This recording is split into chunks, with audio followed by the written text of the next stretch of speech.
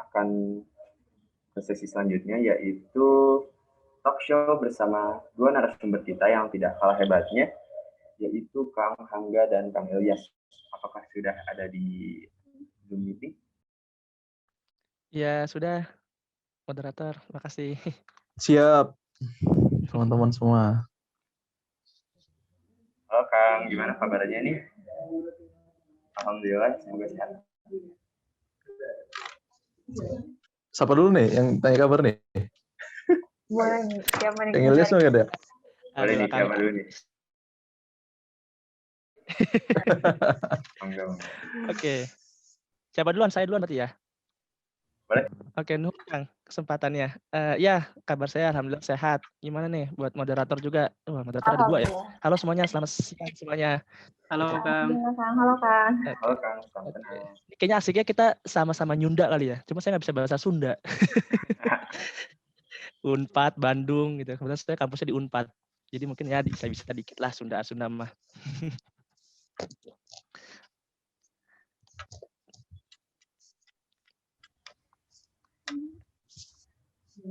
Enggak, Kak Ilyas gimana nih kabarnya? Apakah sehat walafiat? Iya, ya mungkin ngantuk dan lapar aja kali ya. Kan puasa ya. Tapi semoga ini nggak menghalangi atau mengurangi semangat kita ya. Karena tadi penyampaian Pak Dedi, Kang Dedi itu seru banget ya. Gitu. Dan teman-teman suatu kehormatan ya bisa menyampaikan aspirasi langsung. Terutama mungkin yang dapilnya daerah Purwakarta. Di sini ada yang anak Purwakarta nggak? Itu bisa banget tuh nyampein tuh. Anak anggota dewan kan sesuai dengan dapilnya ya, gitu. Sesuai dengan terutama terkait dengan dapilnya dia bakal menyampaikan keluh kesah ya, perpanjangan tangan masyarakat di dewan. Ambil alih ya. Gitu. Suatu kehormatan banget lah. Ini keren teman-teman MPM panitia sudah mengundang beliau untuk berbagi kisahnya di sini. Baik, kami juga mengucapkan terima kasih kepada Kang Ilyas dan Kang Hanggara yang telah menyempatkan hadir mengisi acara kali ini untuk berbagi ilmu dan pengalamannya. Nah, sebelumnya Kang Hangga izin mengenalkan diri dulu ya. Kami dari MPM Kema Baban sangat senang sekali bisa mengundang Kang Hangga. Beliau adalah teman-teman yang belum tahu juga, beliau adalah seorang sekretaris jenderal Forum Lembaga Legislatif Mahasiswa se-Indonesia atau biasa kita kenal adalah FL2MI.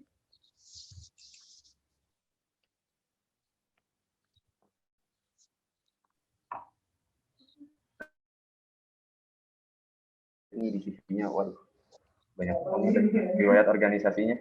Coba bisa diulang bacain. Nah, untuk riwayat organisasinya sendiri, Kang Hanggara ini pernah menjadi ketua OSIS di SMK 2 Mei Bandar Lampung pada tahun 2013, Korps Muda BEM Unila pada tahun 2016, staf ahli BEM Unila pada tahun 2017, Ketua Forum Studi dan Silaturahmi Islam Fakultas Hukum Unila pada tahun 2018, Kodhumas Forum Dakwah Fakultas Hukum se-Indonesia pada tahun 2018, Ketua Dewan Perwakilan Mahasiswa Unila pada tahun 2019, Sekretaris Jenderal Forum Lembaga Legislatif Mahasiswa se-Indonesia atau FL2MI pada tahun 2019 hingga sekarang, Ketua Majelis Permusyawaratan Mahasiswa Unila pada tahun 2020, dan juga Ketua Dewan Energi Mahasiswa DIEM Provinsi Lampung pada tahun 2020. Selain itu, beliau juga telah meraih prestasi yaitu unggulan Kemendikbud Republik Indonesia Masyarakat Berprestasi pada tahun 2017. Keren banget ya Kang, yang telah beliau tempuh itu benar-benar udah mantap banget gitu, dan pengalaman-pengalamannya juga pasti sangat luar biasa gitu. Udah pernah BEM sama legislatif juga ya? Iya, berarti pernah ya? Di lembaga eksekutif dan juga lembaga legislatif ya Kang ya? Siap-siap, punten teman-teman semua. Terima kasih sudah mengundang semuanya. Satu kebanggaan dan rasa bahagia bisa bertemu dengan teman-teman dari Politeknik Bandung ya. Polban. Ini gimana nih? Langsung atau gimana? Atau paling Kang, kita kenalan dulu aja sama Kang Ilyas nih. Oke. Selanjutnya nih ada Ketua BPM Kema Unpad, yaitu Kang Ilyas Mutakin. Beliau adalah seorang mahasiswa hukum ya Kang di Universitas Pajajaran. Betul.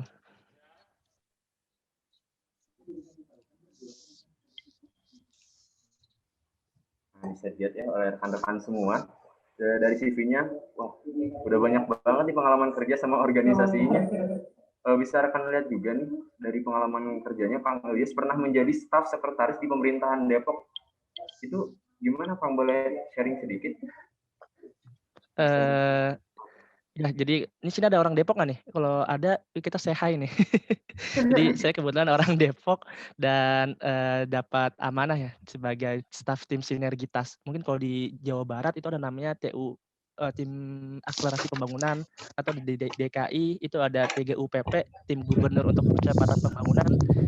Mungkin ini kalau saya di Depok ada namanya tim sinergitas. Gitu. Saya di bagian sekretarisnya, tugasnya nyatet, tugasnya ngasih rekomendasi seperti itu. Ya masih dekat-dekat lah sama keilmuan saya bidang hukum. Mantap banget ya Kang ya. Iya, mantap banget. Dia juga pernah menjadi junior researcher di Urban Policy dan wow, menjadi seorang CEO dari brand makanan ini ya Kang. Betul. Usaha kecil-kecilan waktu kuliah. Sekarang juga masih kuliah sih. Semester berapa nih Kang kalau tahu? Saya agak sedikit malu, tapi saya tahun kelima sekarang. Sini ada yang tahun kelima nggak? Karena kan sebenarnya kemarin habis menghibahkan waktu ya buat berorganisasi, jadi agak telat sedikit nggak apa-apa lah ya. Selanjutnya nih ke pengalaman organisasi Akang nih. Karena ini sebagai ketua BPM Kema Unpad, pernah juga menjadi kepala sumber daya manusia di Flits FH Unpad pada tahun 2018 dan juga sebagai kepala sumber daya manusia di Gamasis FH Unpad. Selanjutnya, Akang juga pernah sama ya di eksekutif di BPM Kema Unpad, sama seperti Kang Hangga tadi, sepertinya udah pernah merasakan di lembaga eksekutif dan legislatif nih. Nah, selain itu juga Kang Raffi, Kang Ilyas ini menjadi penulis nih dalam bukunya yang berjudul Kini Kita Cerita Tentang Hari Yang Lalu yang diterbitkan oleh penerbit Khaira di 2019 dan juga ada buku yang berjudul Narasi Penuh Canda yang diterbitkan oleh Sarugo Kreatif Media Nusantara pada tahun 2018 dan yang selanjutnya ada The Power of Love yang diterbitkan oleh Sarugo Kreatif Media Nusantara. Keren banget ya Kang, selain di lembaga legislatif atau di organisasi ya Kang juga berarti suka menulis atau membaca ya Kang ya, betul begitu Kang? Ya sedikit-sedikit lah. Aktualisasi diri aja dikit-dikit.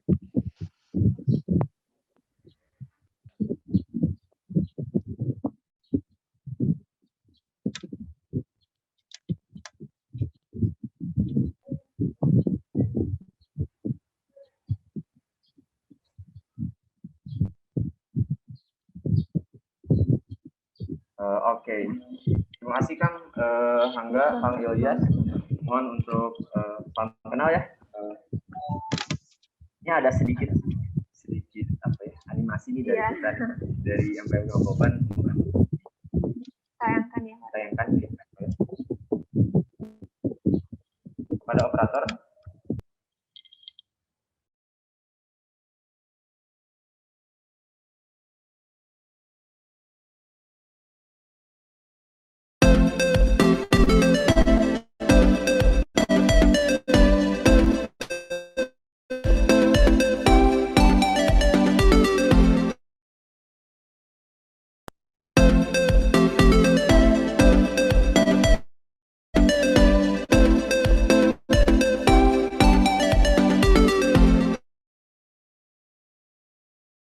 Langsung aja nih Kang ya, langsung ke sesi selanjutnya yaitu sharing-sharing nih dari Akang dan kami dari MPM Kema Polban serta dan mahasiswa-mahasiswa lainnya.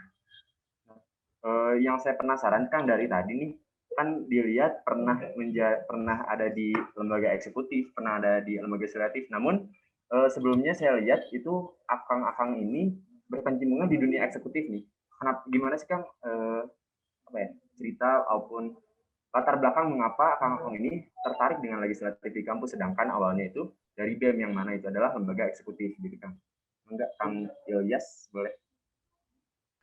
Oke, makasih Kang moderator dan Teteh ya. Siapa namanya biar kita lebih akrab lagi? Kang siapa Kang namanya Kang? Rafiq Kang.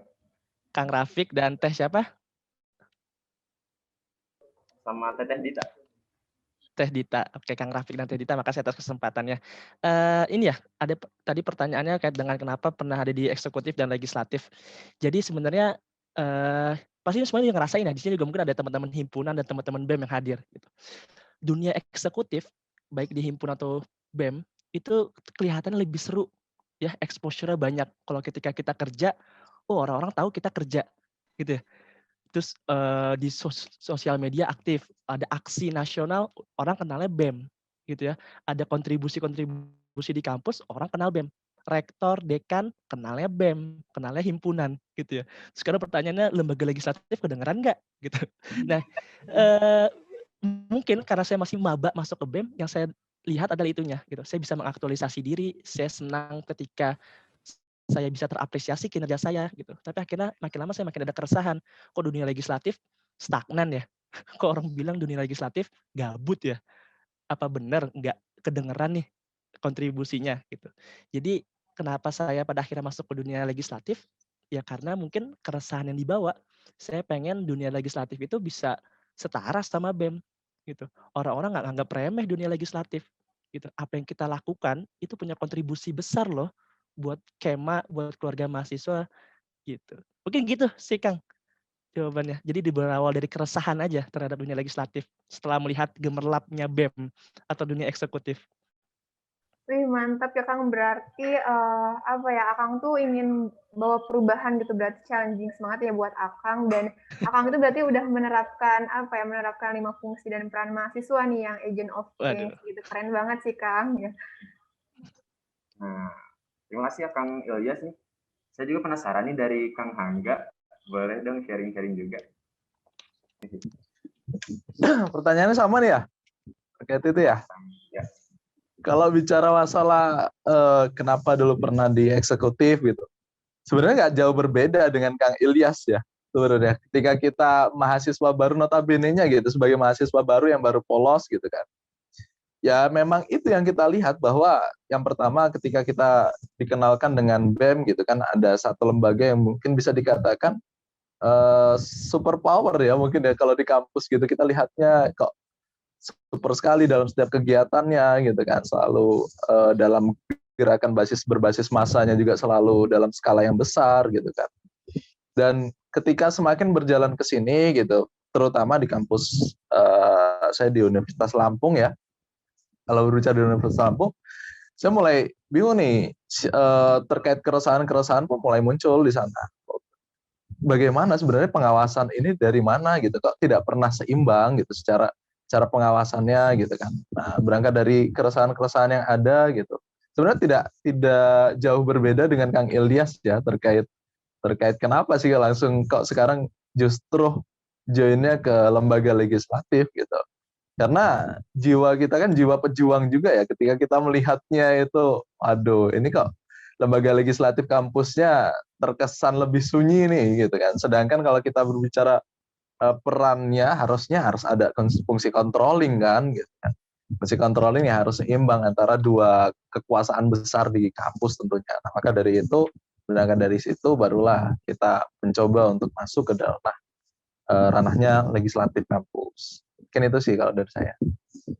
Oh baik, terima kasih Kang Hangga, terima kasih jawabannya. Oh berarti memang ada anggapan bahwa suatu perubahan itu diawali dari keresahan itu benar ya Kang? Emang dari keresahan kita. Benar banget. Dari tadi juga saya dengar ada yang legislatif itu kayak yang sepi gitu ya. Jadi akang-akang ini tertarik untuk membawa perubahan di sana gitu. Betul. Nah, Kang, ada pertanyaan kedua nih. Kita tuh penasaran apa aja sih yang Akang dapetin gitu, pengalaman apa aja yang Akang dapetin selama Akang terjun di dunia legislatif nih. Gimana nih Kang? Boleh dari Kang Hanggara dulu. Pengalaman apa aja yang pernah didapat ya? Kalau ditanya pengalaman apa aja, banyak banget pengalaman yang saya dapat dari lembaga legislatif. Teman-teman semua, kita kan pernah ini ya selalu disampaikan bahwa terbentuk gitu kan. Pemimpin-pemimpin yang hebat itu selalu hadir katanya kan dari tempat-tempat yang sulit. Jadi katanya itu tempat yang sulit akan menghadirkan pemimpin yang hebat. Kemudian pemimpin yang hebat itu akan menghadirkan tempat yang nyaman. Tempat yang nyaman gitu akan menghadirkan pemimpin yang bisa dikatakan ya bukan pemimpin yang baik, tempat-tempat yang nyaman gitu. Jadi pemimpin-pemimpin hebat itu dididik dari tempat-tempat yang memang dikatakan sulit. Nah, saya merasakan, bukan berarti saya hebat juga ya, tapi saya merasakan penempaan yang sangat-sangat besar gitu ketika saya berada di ranah legislatif. Dari mana berangkat dari mungkin yang notabene-nya lembaga legislatif itu kalau dikatakan orang-orang ya kerjaannya apa sih tadinya gitu kan. Kemudian ngapain aja gitu kan, apa yang bisa kamu kontribusikan sih gitu kan. Nah, berangkat dari situ itulah memicu kita pengalaman-pengalaman yang kita coba hadirkan. Di antaranya kita coba kalau di beberapa kali, kalau di skala nasional mungkin kemarin kita coba buat naskah akademik, sedikit naskah akademik terkait energi gitu kan dengan teman-teman yang ada di Universitas Riau. Kemudian juga kalau di tingkatnya kota, kita coba mengajukan naskah akademik gitu kan. Naskah akademik itu ini mungkin teman-teman ya, naskah akademik ini rancangan awal dalam pembentukan peraturan perundang-undangan, baik itu di tingkatnya daerah ataupun juga nasional. Nah, ini dengan masuknya di lembaga legislatif membuat saya terpacu untuk belajar banyak, walaupun ya notabene-nya juga basically saya juga dari Fakultas Hukum ya, jadi semakin menambah semangat juga gitu karena linear dengan keilmuan gitu kan. Kemudian apalagi ya, kalau pengalaman-pengalaman ini ya, terutama bisa bertemu dengan orang-orang yang luar biasa lah dari kampus-kampus lain juga salah satunya. Ini kurang lebih itulah pengalaman yang udah dilalui. Mantap banget nih Kang ya, yang pengalaman-pengalaman yang akan dapetin yang tadi katanya terbentur dan akhirnya dapat terbentuk ya. Nah, saya juga pernah dengar nih Kang dari salah satu kakak tingkat saya nih, kalau misalnya bagi seorang penjelajah itu zona nyaman adalah hal penghambat untuk bergerak, betul gak Kang seperti itu? Betul banget itu, maka dari itu kita nggak mau yang nyaman-nyaman dulu lah untuk sekarang ini, kita lagi merintis gitu.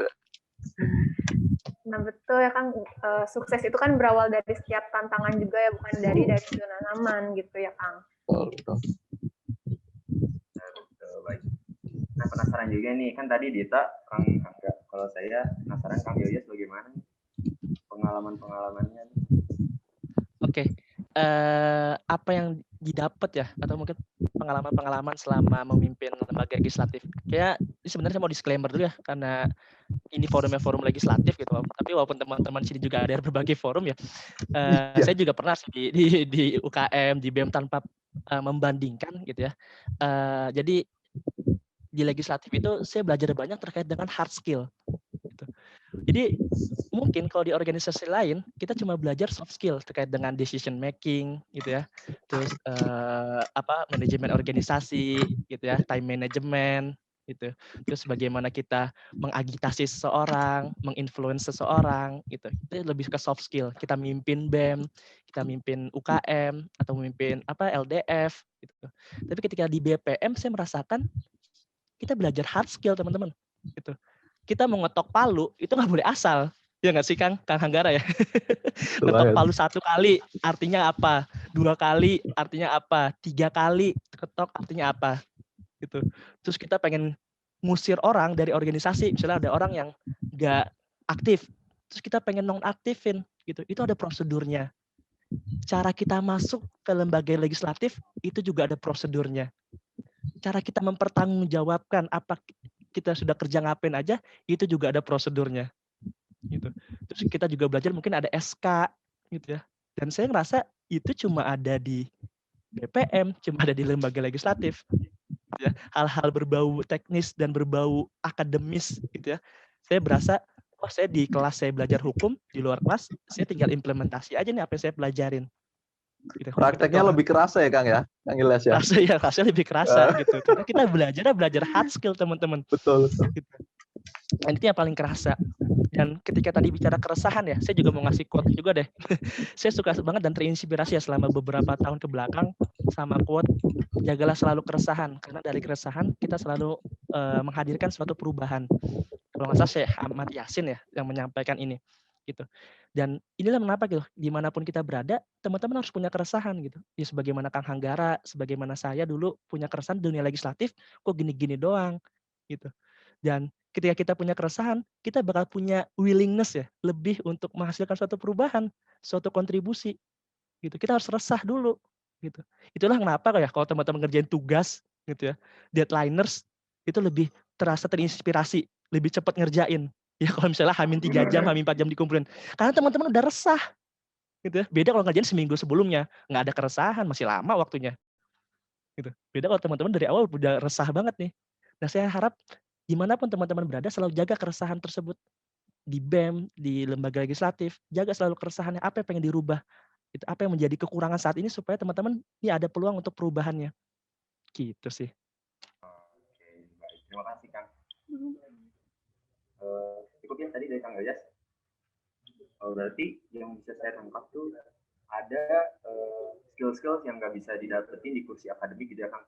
Nah, tadi seperti ketok palu ataupun teknis-teknis sidang, sepertinya bagi akang-akang ini sangat bermanfaat, yang mana adalah fakultas hukum ya, Kang, akang-akang ini. Oke, keren. Nah, selain itu juga berarti soft skill itu sangat penting ya, Kang, karena di dunia kerja juga dibutuhkan gitu soft skill gitu, bukan hanya sekedar hard skill, terus juga dari sebuah organisasi kita tuh bisa mengimplementasikan juga untuk pelajaran gitu ataupun materi seperti itu, Kang. Nah, untuk pertanyaan selanjutnya nih, Kang, gimana nih? Lebih tadi Kang menanggapi yang tadi, apakah Kang ini kan tadi berawal dari lembaga eksekutif ke legislatif karena beranggapan seperti itu. Nah, apakah setelah Akang terjun langsung ke situ, atau Akang merasa oh iya benar nih, ternyata kayak gini dan ini harus dibenarkan, harus dibenerin gitu. Nah, apa sih Kang kayak pengalaman Akang untuk melakukan perubahan itu dalam, atau awalnya notice gitu, oh sepertinya di sini nih yang salahnya, ini di sini nih yang harus dibenerin, gimana Kang? Kayak cara pengaplikasian lagi ya, Kang ya? Nah, boleh nih dari Kang Ilyas dulu atau Kang Hanggara dulu nih? Ayo Kang Hanggara, siapa duluan? Kang Hanggara dulu deh. Boleh ngikut aja ya. Ini ya terkait apa yang sudah dilakukan ya, maksudnya ya, terkait kita melihat dari keresahan kemudian apa yang kita lakukan. Teman-teman semua gitu. Sebenarnya keresahan ini saya pikir adalah keresahan yang dirasakan oleh seluruh lembaga lembaga legislatif mahasiswa di seluruh kampus ya. Ketika saya coba sharing dengan teman-teman di FL2MI gitu kan, kita bertemu dengan berbagai kampus, topik bahasannya sama. Yang pertama itu adalah terkait peran di kampus gitu, peran dari lembaga legislatif mahasiswa terkhususnya, baik itu di kampus dan juga di daerah bahkan skala nasional. Nah, jadi ternyata ketika kita sharing dengan mereka berbicara minim gitu perannya. Dan ketika kita coba cari tahu lebih dalam, ya karena ternyata permasalahannya sejauh ini lembaga-lembaga legislatif mahasiswa yang ada gitu, mereka terkungkung pada tugasnya, ya ini yang sibuk dengan tugas-tugas internalnya gitu. Tugas-tugas internalnya itu apa sih? Ya hanya melulu tentang pengawasan terhadap BEM, gitu. Hanya melulu pengawasan terhadap internal kampus gitu. Padahal sejatinya banyak peran dan fungsi dari lembaga legislatif mahasiswa yang bisa dieksplor dan bisa dilakukan dan harus dilakukan. Banyak sekali gitu. Pengawasan terhadap setiap kebijakan yang dikeluarkan oleh kampus gitu. Lalu bagaimana peran BEM gitu kan, katanya selalu seperti itu.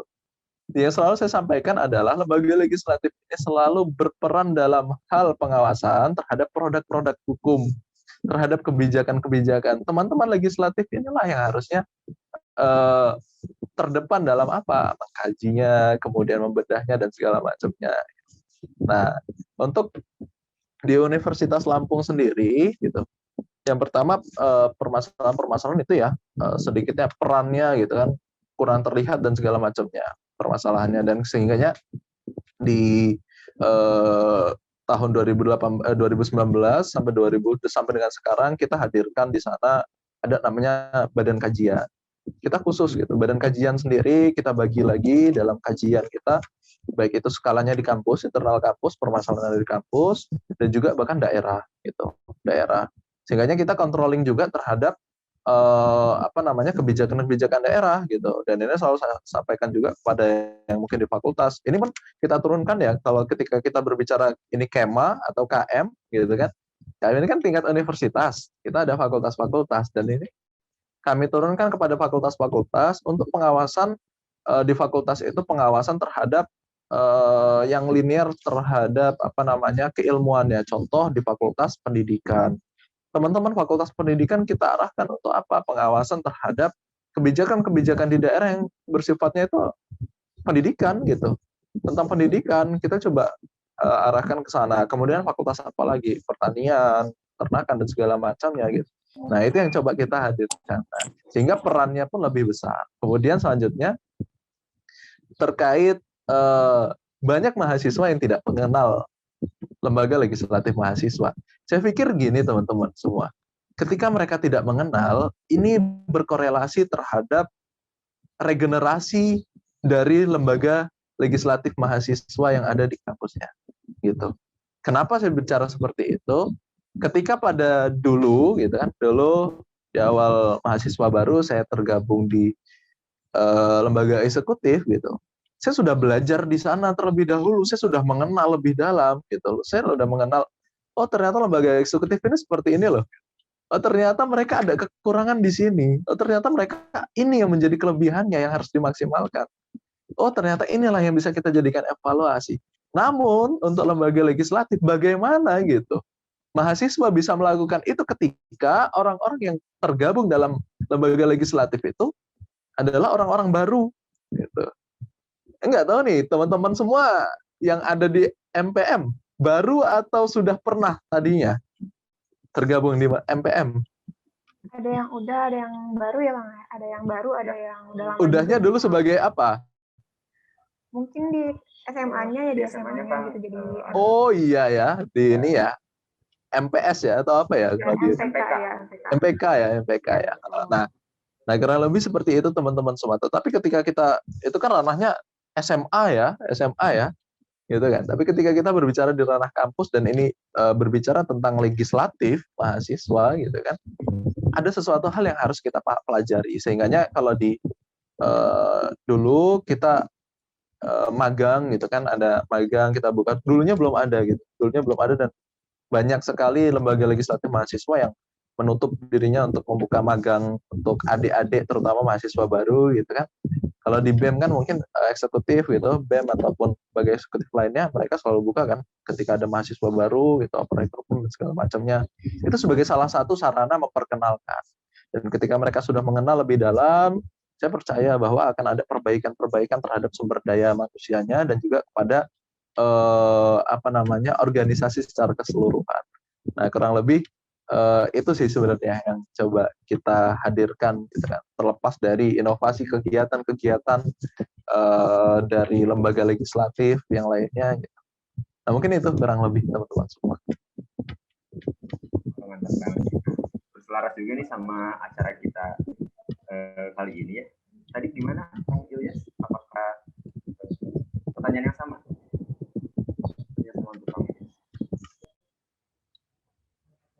Oke,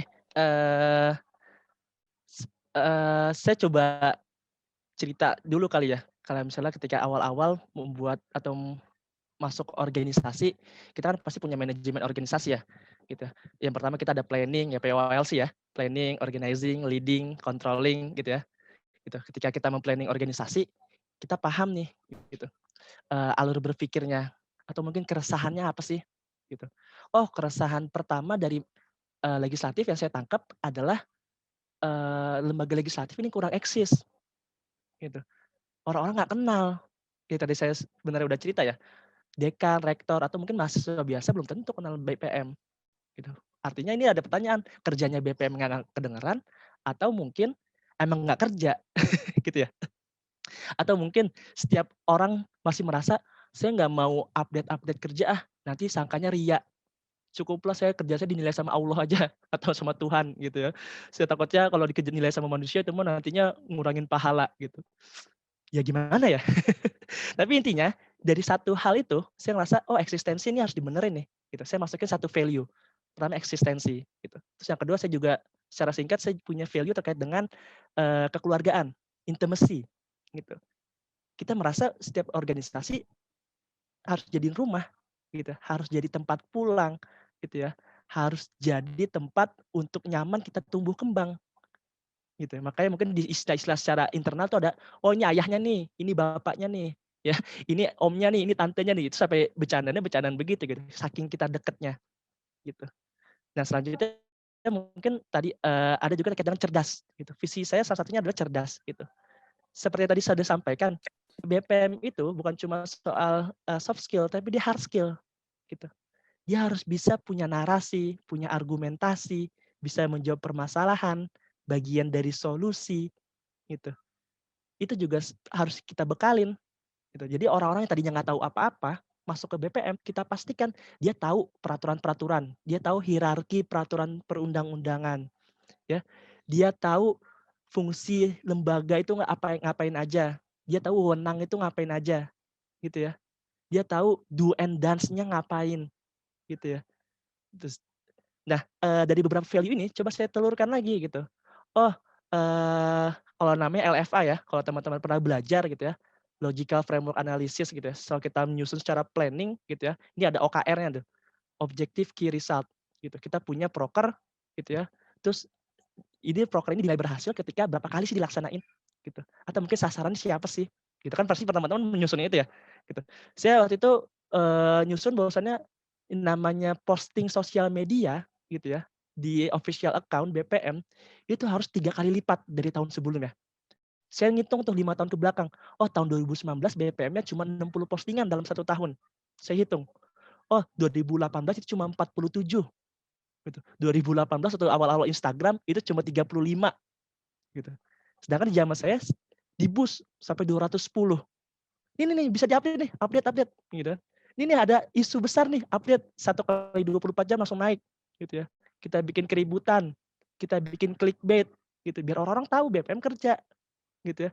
Kita wajibin secara SOP anggota dewan gitu ya, anggota legislatif setiap kerja, setiap kunjungan atau setiap menemukan keresahan jalan becek gitu ya. Atau mungkin genteng bocor. Kan sering ya kalian di kampus-kampus ya. Itu tugas legislatif untuk menyampaikan. Sampein aja di story gitu kan. Itu menunjukkan bahwasanya kita kerja gitu, bukan ria. Ya, kita kerja bukan ria gitu. Bukan mengharap manusia, tapi ya zaman sekarang kalau kerja ya lewat sosial media, itu bagian dari kerja. Bagaimana teman-teman meng-copywriting tulisan, mengagitasi orang-orang bahwasannya oh ya kita peka nih sama isu kampus. BEM kerjanya nggak bener, teman-teman melakukan pengawasan. Ya, saya dulu sering banget ribut sama ketua BEM saya gitu. Tapi itu cuma secara profesional, di luar itu ya kita temenan, gitu. Kita jalan bareng, kita makan bareng, ya walaupun sama-sama cowok ya. Tapi ya itu, menghubungkan hubungan kita profesional, gitu. Mungkin itu sih yang pernah saya lakukan dan, bisa jadi ini jadi terobosan baru atau mungkin bisa menginspirasi atau bisa diterapkan sama teman-teman, terutama terkait dengan eksistensi ya. Contoh kecilnya kayak hari ini deh, teman-teman menemukan sesuatu dari Kang Hangga atau dari Kang Dedi tadi, gitu. Teman-teman menemukan kata-kata mutiara, sayang banget kalau misalnya cuma 150 orang doang yang tahu. Ya, atau ilmunya buat diri teman-teman doang. Sampein keluar, sampein ke followers. Itu bagian dari kinerja loh. Ya, bagian dari amal perbaikan apalagi sekarang bulan puasa. Gitu. Bagian dari eksistensi suatu lembaga, eksistensi suatu acara, bikin rilis, ya, gitu. Kasih tahu sih ke orang-orang di luar sana yang nggak hadir hari ini, teman-teman dapat apa sih? Gitu. Bagi saya itu melakukan suatu kinerja juga. Gitu sih. Kang Teh semuanya. Wih, mantap banget ya Kang. Berarti kita tuh sebagai iron stock kayak ibaratnya sebagai iron stock yang memiliki kecerdasan intelektual gitu. Jadi mahasiswa itu harus bisa mengimbangi gitu ya Kang dari kondisi perilakunya yang baik gitu agar nantinya kita akan tumbuh gitu generasi pemimpin Indonesia yang berkualitas. Yang selain itu juga kita bisa memanfaatkan kayak media-media sosial itu untuk berbagi pengalaman atau berbagi ilmu yang tadi Kang Ilyas dan Kang Hanggara katakan ya, dari mana aja Kang untuk mendapatkan ilmu atau menyebarkan ilmu gitu. Betul. Nah, ada juga nih dari Kang Rizky Fatur Rahman, kayaknya udah agak sabar nih ingin bertanya ya nanti ya Kang untuk di ada sesi pertanyaan untuk Kang Rizky nih. Mungkin dari Kang Rizky karena menarik gitu dari pemaparan dari Kang Ilyas, dari Kang Hanggara juga nih.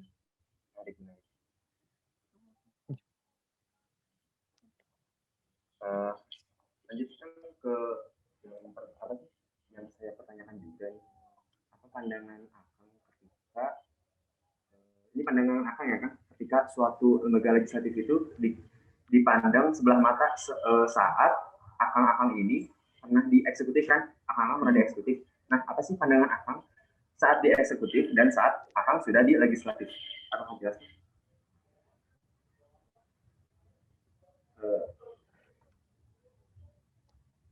Bagaimana Pak jelas? Apakah saya boleh Kang Ilyas boleh deh. Oke. Saya selalu ngerasa ketua BEM itu punya energitas ya, punya karisma yang keren banget ya. Saya lihat maba, lihat ketua BEM pidato, kayaknya keren banget nih. Iya nggak sih kalian gitu nggak sih? Jadi sosok ketua BEM itu kayak, wah sebenarnya pemimpin lah di kampus. Gitu ya. Kita yang masih anak SMA, ya dulu tahunya cuma OSIS, cuma MPK, ngelihat ketua BEM, wibawanya ada, ya karismanya ada. Kalau ngomong tuh kita berasa ditusuk-tusuk gitu karena kata-katanya lancar banget gitu nggak sih kalau kalian ngelihat sosok ketua BEM. Saya selalu ngerasa kayaknya keren nih masuk BEM nih. Gitu. Sampai akhirnya saya coba masuk BEM dan ngeliat BPM nggak ngeliat tuh ketua BPM mana sih. Gitu. Emang sih BPM itu kan kolektif kolegial ya. Jadi ya ketua itu cuma juru bicara lah bahasa sederhananya. Gitu. Mereka kan nggak kenal hierarki, nggak kenal formasi-formasi atasan bawahan sesama anggota dewan ya. Gitu. Dan ketika saya masuk ke BPM, tantangannya lebih berat lagi gitu ya. Karena tadi kita nggak bisa memimpin secara individu. Kita harus kolektif kolegial gitu ya.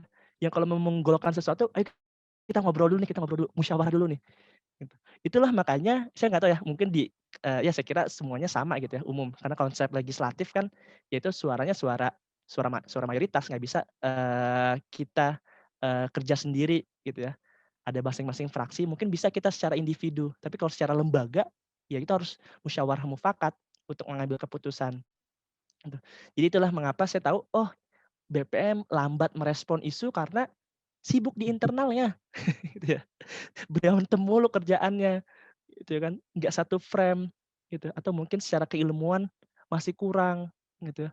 Kita masih berdebat soal, nih ada ketua BEM nggak bener nih, kita mau diangket, mau diinterpelasi, atau dihak nyatakan pendapat. Kan beda-beda pengertiannya. Kita berdebat di situ mulu. Kita buka-buka lagi UUD 1945-nya kita gitu ya, perma-permanya lagi dibuka-buka gitu. Jadi ya tadi ya, mungkin satu sisi bagus kita banyak berdialektika, tapi satu sisi ini juga yang menghambat suatu organisasi, terutama di BPM. Gitu. Kita berdebat terhadap hal-hal substansif kayak tadi. Sehingga secara praktik kita seringkali telat momen gitu ya, atau mungkin ya udah habis lah momennya.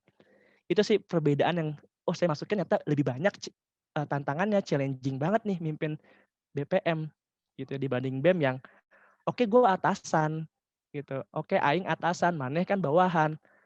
Aing bilang A, maneh A dong gitu. Nah, kalau di BPM nggak bisa menurut saya, nggak bisa kayak gitu. Kita setara. Terus kita sama-sama ngumpulin suara, kita sama-sama dicoblos, kita sama-sama ngumpulin KTM. Nggak bisa saling nyuruh gitu. Gitu sih. Kebayang ya? Kebayang, mantap banget nih. Gimana nih dari Kang Hanggara nih? Ini tadi pertanyaan gimana sih? Bingung juga. Gimana? Tahu saya nanya juga itu. Tapi menjawab lah ya. Iya, terjawab banget kan. Gimana ini Kang Rafi? Tadi kan ada ya berdasarkan keresahan apa ini BPM tuh kayak nggak kerja gitu. Nah, sebenarnya pertanyaan saya itu apa pandangan Akang nih yang saat berada di lembaga eksekutif melihat lembaga BPM itu seperti tidak kerja gitu. Apakah dapat kan? Gitu. Oke. Ya. Gimana? Ada lagi? Ya betul Kang. Jadi kayak transisi gitu dari eksekutif ke legislatif itu seperti apa gitu Kang? Oke. Saya coba ini ya, ketika berada di eksekutif dan melihat posisi legislatif mahasiswa gitu. Keresahan yang saya rasakan, yang saya bawa itu adalah satu sebenarnya teman-teman semua, dan ini satu kritikan gitu. Keresahan saya adalah satu kritikan untuk lembaga itu, bahwa yang dilakukan kurang berdampak. Yang dilakukan oleh lembaga legislatif mahasiswa untuk mahasiswa itu kurang berdampak. Nah itu yang selalu saya sampaikan kepada teman-teman semua. Maka dari itu kan saya mulai sekarang kita lihat kembali gitu program kerja dan segala macamnya kan saya. Apakah ini harus dipertahankan, dan program kerja yang seperti ini gitu. Apa tidak ada lagi gitu, apa harus ada pembaruan, dan saya pikir harus ada pembaruan agar apa gitu, ada perubahan, ada kebermanfaatan yang lebih terasa gitu, ada dampak yang bisa dirasakan oleh mahasiswa, dan itu yang menjadi satu goals dari saya gitu, terutama juga, dan harapannya dibawa ke nasional ya, ketika kemarin di FL2MI gitu. Ini yang saya selalu sampaikan kepada lembaga-lembaga legislatif yang ada gitu, bahwa teman-teman semua ini adalah mahasiswa gitu kan, sesuai dengan asas demokrasi dari mahasiswa kan, kalau kita bicara mahasiswa, ranah mahasiswa, dari mahasiswa untuk oleh mahasiswa dan juga untuk mahasiswa gitu. Yang dilakukan sejauh ini untuk mahasiswa, namun gitu, apa yang untuk mahasiswanya itu apa gitu yang dipertanyakan. Apakah mahasiswa sudah cukup puas, sudah merasa cukup terbantu ketika kita kontrol terhadap lembaga eksekutif? Apakah kita mahasiswa sudah merasa terbantu ketika kita sudah mengontrol keuangan lembaga eksekutif? Apakah kita mahasiswa sudah sangat terbantu ketika kita pada hari ini ribut terus dengan lembaga eksekutif gitu? Gitu. Itu yang selalu saya bawa ketika kemarin di lembaga legislatif ya. Saya melihat itu dari sudut pandang eksekutif. Saya pikir apa gitu yang sebenarnya dilakukan oleh teman-teman yang ada di legislatif. Dan ketika saya ada masuk, saya melihat sebenarnya ada tujuan besar yang bagus, ada tujuan besar yang sangat bermanfaat gitu, yang sebenarnya ditargetkan oleh teman-teman yang ada di legislatif mahasiswa. Namun gitu, saya pikir mereka ada mata yang belum terbuka secara luas, ada sudut pandang yang masih terbatas, sehingga mereka membatasi gerak-gerak mereka gitu, membatasi setiap program kerja mereka untuk apa, bermanfaat untuk yang lainnya gitu. Saya selalu sampaikan kemarin, saya tanya baru terakhir kemarin ini dengan teman-teman yang ada di MPM STKIP Askia dari Padang gitu ya.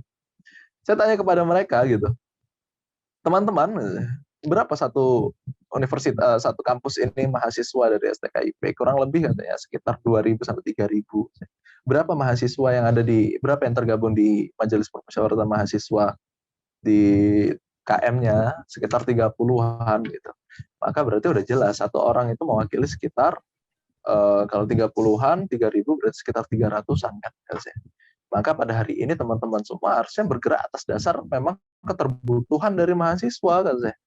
Bergerak atas dasar keterbutuhan mahasiswa, bukan atas dasar opini secara pribadi. Walaupun kita dipilihnya itu mungkin kita mewakili, dipilih, dicoblos oleh mewakili suara mereka gitu kan. Tapi saya terkadang itu kita hanya berdasarkan asumsi kita, oh ternyata mahasiswa ini kurang di sini gitu.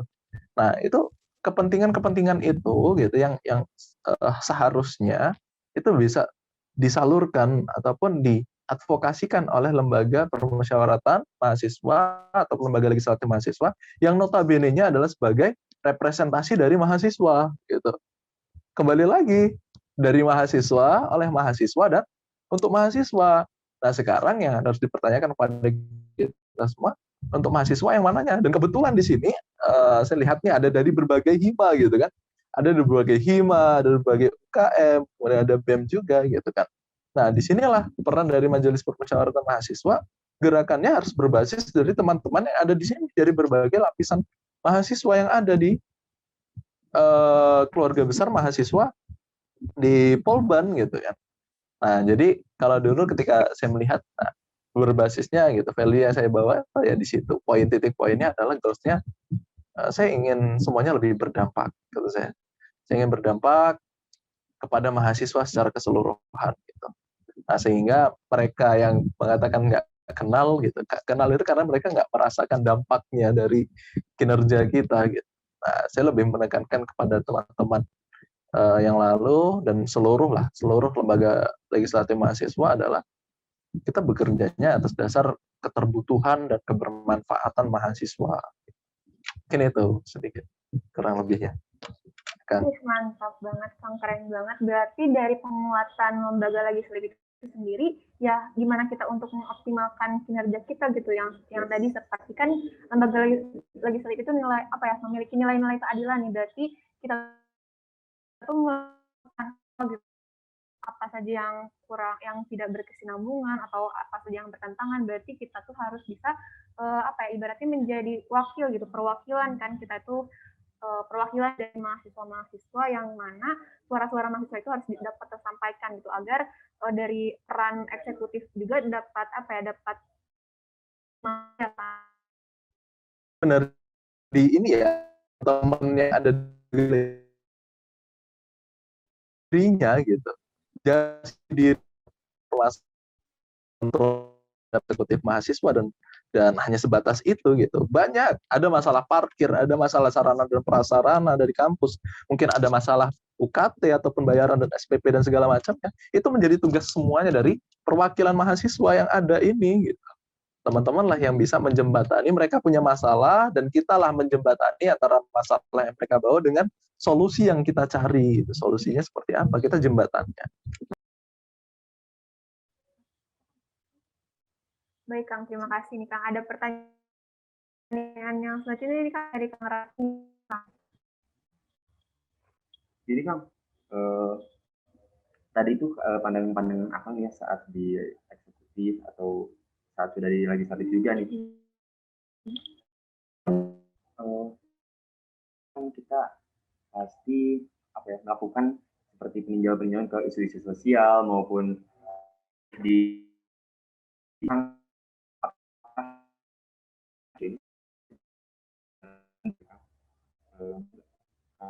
terlebih dahulu Sistem Indonesia ya, ini sebenarnya saya sangat sekali dan itu menjadi bahan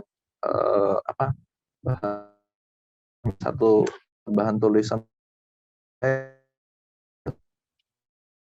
politik juga lembaga-lembaga atau bukan lembaga, representasi dari masyarakat mereka yang menjadi mereka ini dipilih oleh rakyat gitu kan, katanya suara rakyat, namun gitu peran dari lembaga dari partai politik ini kan berdasarkan bergeraknya atas dasar kepentingan partai politiknya masing-masing kan gitu kan.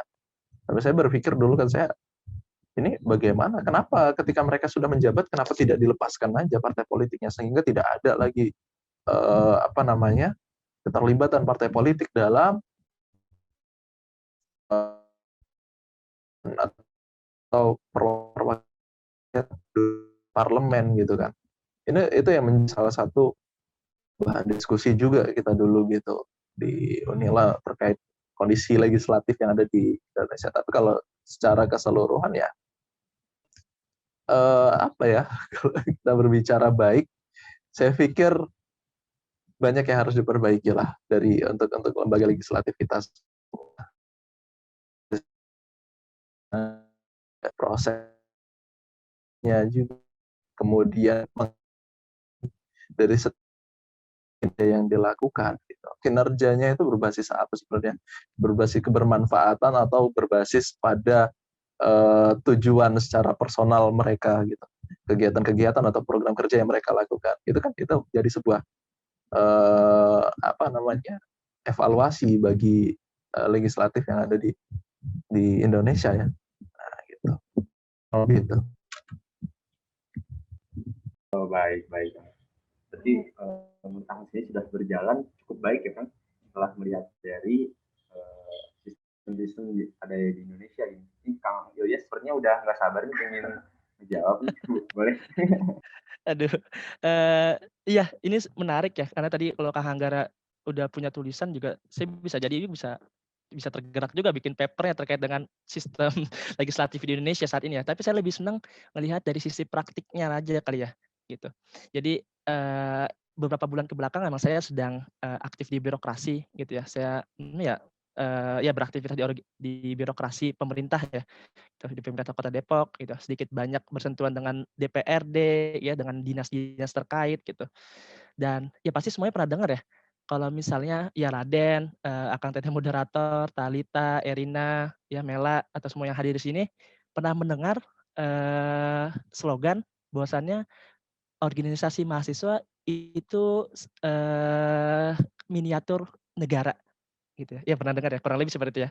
Jadi misalnya kita mahasiswa ini atau mungkin lembaga-lembaga di kampus itu sebagaimana miniatur negara gitu. Kita membentuk namanya student government gitu ya. Ada eksekutif ya, BEM, legislatif, BPM, yudikatif, mungkin ada mahkamah mahasiswanya gitu ya. Mungkin di beberapa kampus ada, tapi beberapa kampus belum ada gitu. Jadi sebagaimana negara, layaknya negara gitu. Dan menurut saya contoh negara ideal justru bukan ada di pemerintahan kita saat ini, tapi di level kemahasiswaan gitu loh. Kenapa saya bisa bilang seperti ini? Karena ketika saya terjun ya, walaupun beberapa bulan ya, saya merasakan, wah ini beda banget kayak dunia kampus gitu. Teman-teman pernah bayangin nggak sih kalau misalnya kita berorganisasi, ngabisin waktu, tenaga gitu ya, tanpa dibayar gitu ya. Sedangkan birokrat kita gitu ya, udah dibayar, dikasih insentif, dapat THR full, tapi kinerja lamban, ya kan? Kita ngurus administratif lambat, gitu ya. Belum lagi ada yang korupsi, gitu. Sedangkan kita sebagai, iya teman-teman di himpunan emang dibayar, tapi teman-teman bekerja sepenuh hati, rela, begadang. Nih bikin desain kayak gini kan susah ya, gitu. Tapi teman-teman mau dibayar gratis loh, bikin background, ya. Ini kredit juga nih buat yang bikin background nih. Dan sedangkan kalau misalnya ya yang semuanya mungkin ya, ya mereka kerjaan ini harus dibayar gitu. Mereka kerjaan ini harus disuruh, nggak bisa inisiatif kebanyakan ya, gitu. Dan contohnya lagi kayak misalnya proker-proker itu dianggapnya proyek teman-teman. Ini saya tabu nggak ya ngomong kayak gini ya? Ya, jadi semakin banyak prokernya seneng karena itu ada anggaran di sana. Dan banyak dan saya ngambil nih gitu. Dan saya rasa hal-hal kayak gini nggak kepikiran tuh di kita pas mahasiswa. Ada dana dari rektorat, ya jangankan kita ngambil ya, yang ada kita nombok, ya nggak sih? Yang ada kita ngeluarin duit, gitu kan, ngeluarin duit lagi. Yang ada kita ngedanus, jualan gorengan, ya buat acara kita. Kebayang ya? Gitu. Jadi usaha kita tuh besar banget loh buat acara kita di kampus, tapi sedangkan birokrat kita, wakil dewan kita, ya belum tentu kayak kita-kita di mahasiswa. Mungkin ini ya ada gap besar yang saya rasa kalau misalnya tadi lihat udah ideal belum atau sudah baik belum, ya itu. Dan kita pernah ngerasain dan kebetulan saya juga sudah bersentuhan dan oh lebih asik kerja sama partner organisasi di kampus ternyata dibandingin sama ya Gen X, Gen Z, Boomers sana gitu. Yang ya punten-punten gitu, yang kerja seperti yang saya bilang tadi. Dan saya rasa makanya mumpung teman-teman sini berorganisasi di kampus, ini ideal banget nih gitu. Teman-teman punya nurani, ya kita kan mahasiswa kan bergerak berdasarkan nuraninya, hati nuraninya bicara gitu. Teman-teman punya keikhlasan lebih gitu ya. Teman-teman masih suci, bersih gitu ya. Nggak kena anasir-anasir negatif gitu. Ya manfaatkan dan semoga terus terbawa sampai dunia profesional, sampai teman-teman beneran jadi pejabat, sampai teman-teman beneran jadi birokrat gitu. Tolong sama-sama nih kita jaga keresahan ini nih. Gitu. Itu palingan secara praktikal. Baik Kang, mantap banget. Berarti tadi setuju banget ya Kang yang tadi miniatur negara gitu, karena kita kan selaku generasi penerus gitu, dan tentunya kita lagi yang akan melanjutkan tongkat estafet pemerintahan di Indonesia gitu. Nah, kita dari organisasi sendiri gitu tuh merupakan suatu wadah gitu bagi kita untuk belajar bagaimana tentang sistem pemerintahan di Indonesia ataupun di kampus, dari skala terkecil dulu, dari kampus dulu. Nah, selain itu juga tadi Kang yang Akang bilang dari masuk ke organisasi itu menambah penguatan gitu, kerjasama dengan anggota-anggota di organisasi itu malah lebih nyaman atau lebih enak gitu. Karena mungkin kita nggak asing lagi tuh, karena salah satu motivasi untuk mengikuti organisasi itu ingin menambah relasi yang baik gitu dan juga positif. Betul kayak gitu Kang? Ya, dan juga seperti yang tadi disinggung akan kita tuh mahasiswa belum tahu tuh kayak ada yang tadi ya kan yang pemerintahan yang boomers maupun yang lainnya yang udah ada di dunia profesional duluan, mereka udah orientasinya udah beda gitu sama kita mahasiswa. Betul. Jadi mungkin ada sedikit perbedaan gitu sih. Iya. Dimanfaatin aja waktu belajarnya gitu. Jangan yang aneh-aneh lah. Mahasiswa. Nah, mungkin ini Kang ada beberapa rekan kita nih yang pengen bertanya karena udah gak sabar juga. Nah, sekarang udah masuk ke sesi tanya jawab. Silakan buat Kang Rizky nih, yang tadi benar-benar semangat untuk bertanya. Mangga buat cek apakah ada suaranya. Halo, moderator. Oh iya. Maaf ya, sebelumnya moderator saya izin off cam. Saya tadi mencoba on cam, tetapi suara dari room ini putus-putus gitu. Oke, tadi beberapa penjelasan dari Kang Ilyas sama Kang Hanggara tentang mereka yang tadinya eksekutif terus masuk ke legislatif dengan keresahan-keresahan yang ada, terus mereka datang di legislatif dengan mempunyai target perubahan-perubahan yang akan mereka capai. Terus masuk mereka nih ke tadi yang saya tangkap ya dari Kang Ilyas, dari eksistensi, kekeluargaan, visi cerdas, terus BPM soal hard skill, mengetahui setiap anggotanya tentang legislatif ini, terus tadi ada OKR, terus ada 3 kali lipat dari biasanya upload di sosial media, memanfaatkan secara efektif sosial media ini. Terus tadi ada keresahannya bahwa si legislatif ini sibuk di internal. Nah, mungkin saya mau bertanya dulu dari Kang Ilyas deh. Terus Kang Ilyas masuk ke legislatif. Kang Ilyas melakukan perubahan-perubahan dan pergerakan yang datang dari keresahan. Nah, yang saya mau tanyakan, terus ada nih tadi yang disebutkan ya, perubahan yang Kang Ilyas lakukan, pergerakan yang Kang Ilyas lakukan terhadap legislatif ini. Terus Kang Ilyas lakukan. Nah, dampak yang beberapa pergerakan yang Kang Ilyas lakukan terhadap mahasiswa. Jadi saya mau tanya satu pergerakan yang membuat si contoh eksistensi, satu yang membuat pergerakan Akang pas Akang masuk ke legislatif tentang eksistensi bahwa si legislatif ini dikenal sama mahasiswa dan bagaimana Akang tahu bahwa legislatif. Mungkin itu cukup untuk Kang Ilyas. Oke.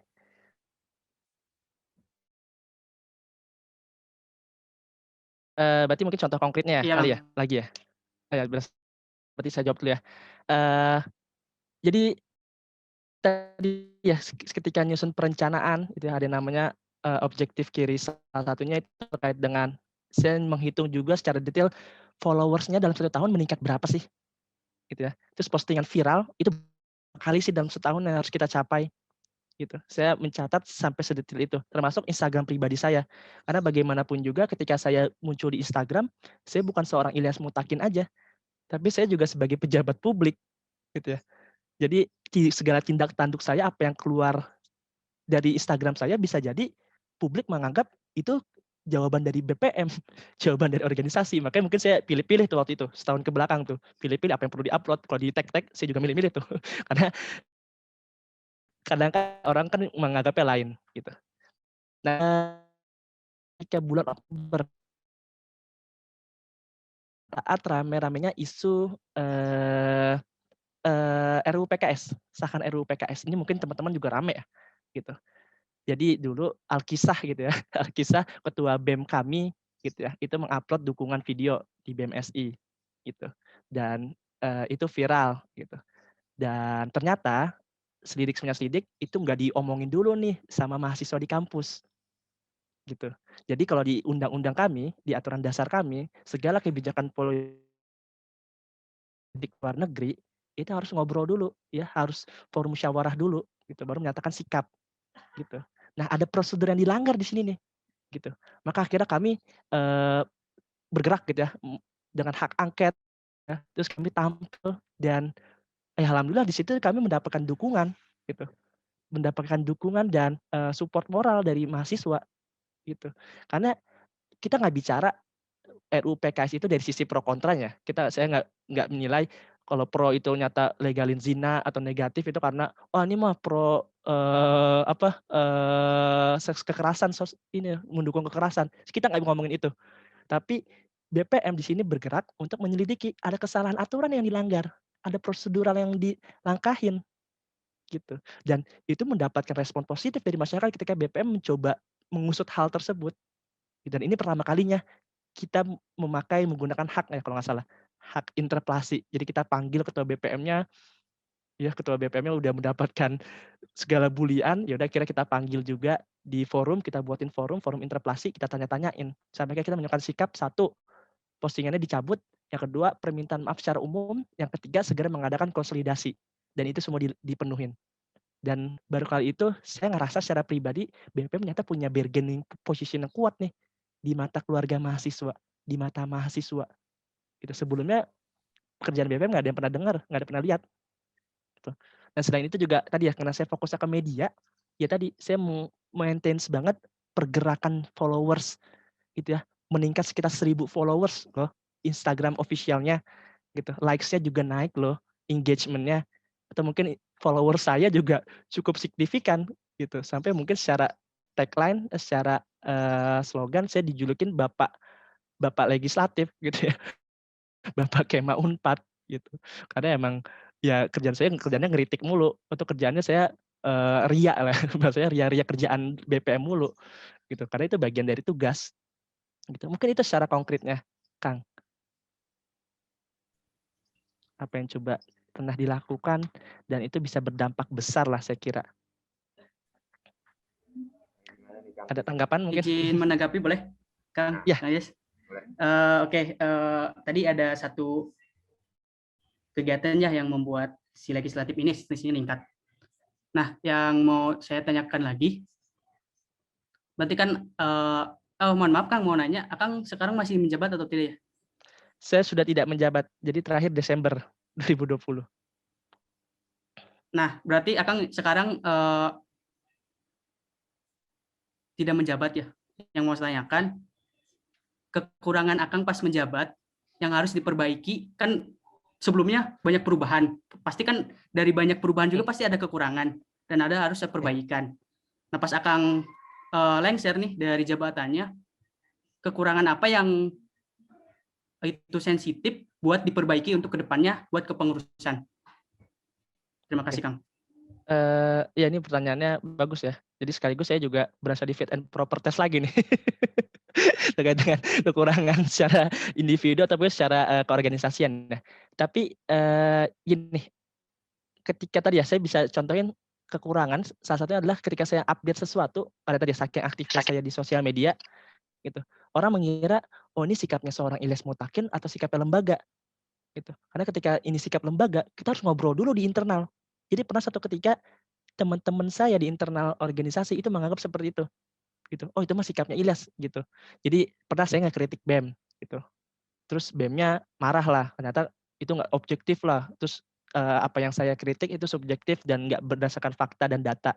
Terus akhirnya saya diserang balik, gitu. Dan diserang baliknya sama teman-teman di BPM gitu. Dan karena teman-teman BPM menganggap ya jangan begitulah Kang gitu. Karena ini kan nama BPM dan kalau misalnya pengen secara pribadi, ya udah secara pribadi aja gitu. Nah, saya juga bingung ya. Kami atau mungkin Kang Hangga juga pernah ngerasain sebagai ketua BPM melekat tuh sebagai seorang pribadi gitu. Seenggaknya Instagram saya ada pribadinya, ada saya sebagai anak fakultas hukum, ada saya sebagai ketua lembaga, ada saya sebagai orang Depok gitu ya. Tapi ketika saya update sesuatu orang ngira ya ini ketua BPM, harus jaga martabat, harus jaga etika gitu. Kebayang ya? Jadi pernah satu ketika itu cukup fatal menurut saya dan itu jadi evaluasi besar sih bagi saya pribadi gitu. Dan juga mungkin selanjutnya kayak ya permasalahan-permasalahan minor lah seperti misal koordinasi gitu. Karena saya orangnya nggak terlalu senang birokrasi ya.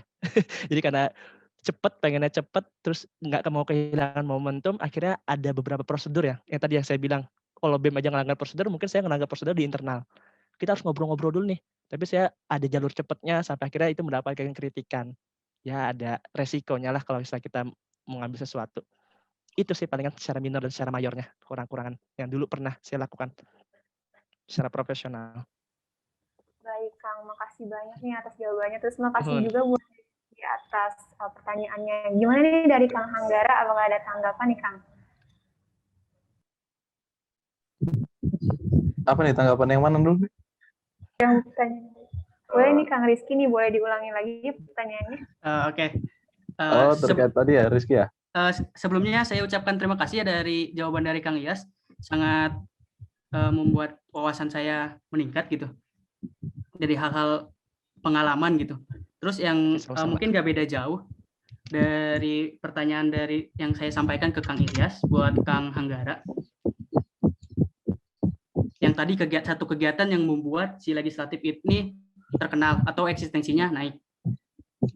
Mungkin satu. Dan yang kedua tadi, mohon maaf, Akang masih ngejabat? Udah selesai. Ya. Nah itu evaluasian yang harus diperbaiki buat kedepannya. Terima kasih Kang.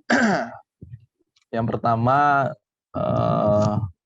program ya, apa yang sudah dilakukan gitu kan, sehingga merasa bagi legislatifnya mulai merasa berdampak lah sih kalau katakan gitu.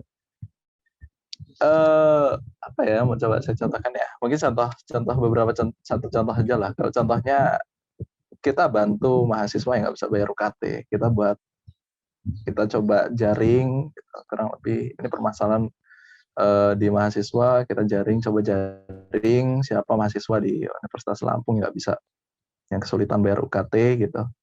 Nah, kita coba advokasikan itu ke pihak birokrat kampus, karena salah satu dari fungsi dari lembaga legislatif di kampus itu di luar dari fungsi legislasi, fungsi budgeting, juga menurut saya adalah fungsi advokasi yang tidak bisa ditinggalkan, fungsi advokasi. Nah, jadi kita coba sampaikan itu, dan alhamdulillahnya gitu, ya, kurang lebih ada sekitar 30 sampai 35-an mahasiswa lah yang terbantu di sana. Kurang lebih untuk yang ini di situ ya. Kalau dari segi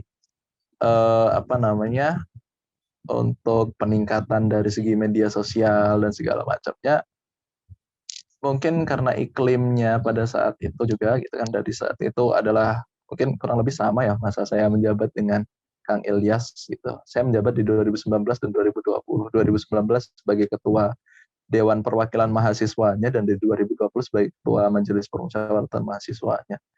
Nah, di 2 tahun ini peningkatannya sangat drastis kalau saya melihat gitu. Dari yang tadinya hanya sekitar 1.500 followers di Instagram gitu, sampai dengan saat ini kalau teman-teman ini bisa sekarang sudah di 2.000, angka 2.400 kalau nggak salah, 2.400-an lah kurang lebihnya gitu. Itu satu peningkatan, mungkin karena iklim dan juga peran yang kita coba hadirkan adalah ketika kemarin itu isunya adalah isu terkait rancangan undang-undang Omnibus Law gitu kan. Itu kan semuanya sifatnya keterkaitannya dengan hukum ya gitu. Nah, kita mengambil peran di sana, kita coba membedah seluruhnya gitu kan, dari Omnibus Law itu, dari setiap klasternya gitu. Nah, lembaga legislatif gitu pada saat itu kita coba fokuskan mengambil perannya adalah dari segi keilmuan, kita membedah dari produk hukum ini sebenarnya mana sih yang salah, mana sih yang sebenarnya bermasalah gitu, mana sih sebenarnya yang menjadi polemik gitu, kekurangan dan kelebihannya apa sih dampaknya. Nah, itu yang saya pikir pada saat itu juga dari mahasiswa di Universitas Lampung melihat lembaga legislatif mahasiswa, oh ternyata punya andil, dan mereka, oh ternyata ini ranah mereka ya, gitu, dan mereka mulai tertarik di situ, gitu. Mulai tertarik di sana dan mulai coba mengikuti secara intens. Itu sih kalau yang lebihnya terkait untuk kegiatannya. Kalau untuk untuk kekurangan gitu, kekurangannya secara ini ya, di 2 tahun ini, karena dari 2019 sampai 2020 ya, kekurangannya memang kembali lagi ketika saya berbicara target saya ingin berdampak gitu kan, masih banyak gitu, banyak dari lapisan ataupun lapisan-lapisan lapisan mahasiswa yang masih belum bisa merasakan dampaknya gitu. Mungkin teman-teman dari Hima, saya masih belum bisa nih mendapatkan tempat ini dan segala macam. Walaupun sudah kita coba bantu gitu kan, tapi bagi mereka masih ada kekurangan di sana. Mereka pikir masih mereka rasakan apa ya namanya? Apa impact bagi mereka secara personal, bagi mereka secara organisasi masih ada kekurangan, dan itu yang selalu saya harapkan ada peningkatan di setiap tahunnya, terutama kebermanfaatan dan dampak yang bisa dirasakan gitu kan. Walaupun saya percaya bahwa kita tidak bisa memuaskan ya gitu kan. Tetapi itulah yang harusnya saya pikir sebagai seorang legislator gitu, sebagai perwakilan dan representasi dari mahasiswa, kerja kita juga harusnya untuk mereka. Kurang lebih itu sih, itu Kang Rizky. Wah, mantap banget nih Kang, dari jawabannya benar-benar mantap banget nih ya. Mohon maaf gitu untuk Kang Teteh yang ingin bertanya karena waktunya terbatas gitu. Mungkin kita dapat kumpul lagi gitu di lain waktu, dan tak terasa juga ya Kang, perbincangan kita tuh udah cukup lama juga ya Kang. Nah, banyak banget pengalaman dan ilmu-ilmu yang kita dapetin nih Kang, yang tentunya pasti akan bermanfaat juga bagi kita maupun bagi Akang yang menyampaikannya. Boleh juga ya, nanti Kang misalkan ada yang teman-teman mau nanya nih secara personal, boleh banget ya di kontak, mungkin teman-teman bisa hubungin Instagramnya juga ya. Kalian di follow tuh ya guys. Iya betul okay. Kang. Mungkin bisa nih Instagramnya ditulis di kolom komentar aja Kang. Baik, Kang, masih di sesi selanjutnya nih akan ada penyerahan plakat nih dari MPMK Mapolban ke akang-akang sekalian dalam bentuk virtual gitu kan, tapi tidak mengurangilah rasa berterima kasih kita atas akang sudah berpartisipasi dan berkontribusi besar bagi acara ini Kang. Gitu. Boleh nih dari teman-teman operator, mangga. Nah ini Kang, mungkin ada oleh-oleh sedikit oleh-oleh dari kami, mungkin bisa jadi kenang-kenangan juga nih untuk kami ataupun Akang gitu, karena kita udah sempat berbincang gitu walaupun secara tidak langsung gitu, tapi semoga saja di lain hari kita dapat berbincang secara langsung. Terima kasih semuanya, ini saya terima ya. Nah, yang selanjutnya akan ada juga nih penyerahan plakat untuk Kak Angga. Oke, udah kelihatan nih. Oke, terima kasih ya semuanya ya. Terima kasih. Senang juga bisa bersama-sama. Wah, diterima dengan sangat senang hati ini. Baik, terima kasih nih Kang karena sudah di penghujung talk show gitu ya Kang. Terima kasih kepada Kang Ilyas, Kang Angga telah memberikan ilmunya serta sharing-sharing juga nih tentang pengalamannya di bidang legislatifan. Sebuah kebanggaan juga bagi kami dapat berbincang dengan akang-akang semua. Semoga ilmu yang Akang berikan itu dapat bermanfaat bagi kita, bagi yang ada di sini juga ya. Semoga Akang semua dalam keadaan sehat dan dapat menjalankan tugas, fungsi, dan amanahnya dengan baik. Terima kasih Kang. Nah, Akang Teteh dan rekan-rekan, berhubung karena acara talk show-nya telah selesai, kami dari moderator, saya Dita Nurmaulida. Saya Raffi Gimnastia.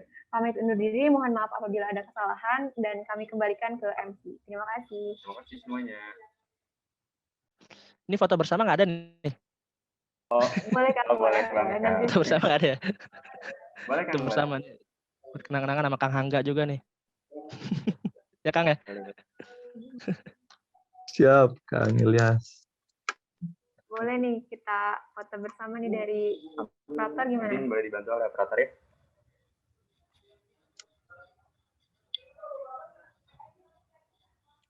Teman-teman gimana, udah siap? Siap. Oke. Viva lagi tadi Pak. 1, 2, 3. Oke. Udah operator? Baik. Mungkin nanti fotonya akan kami kirimkan langsung nih Kang. Iya. Terima kasih banyak ya Kang. Terima kasih banyak. Kami kembalikan ke MC Dea dan Pakar.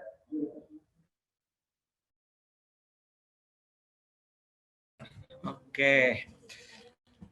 Pertama-tama apresiasi dulu nih ya buat Iya, bener tokoh-tokoh banget. hebat yang tadi udah sharing pengalamannya sama ilmu-ilmu yang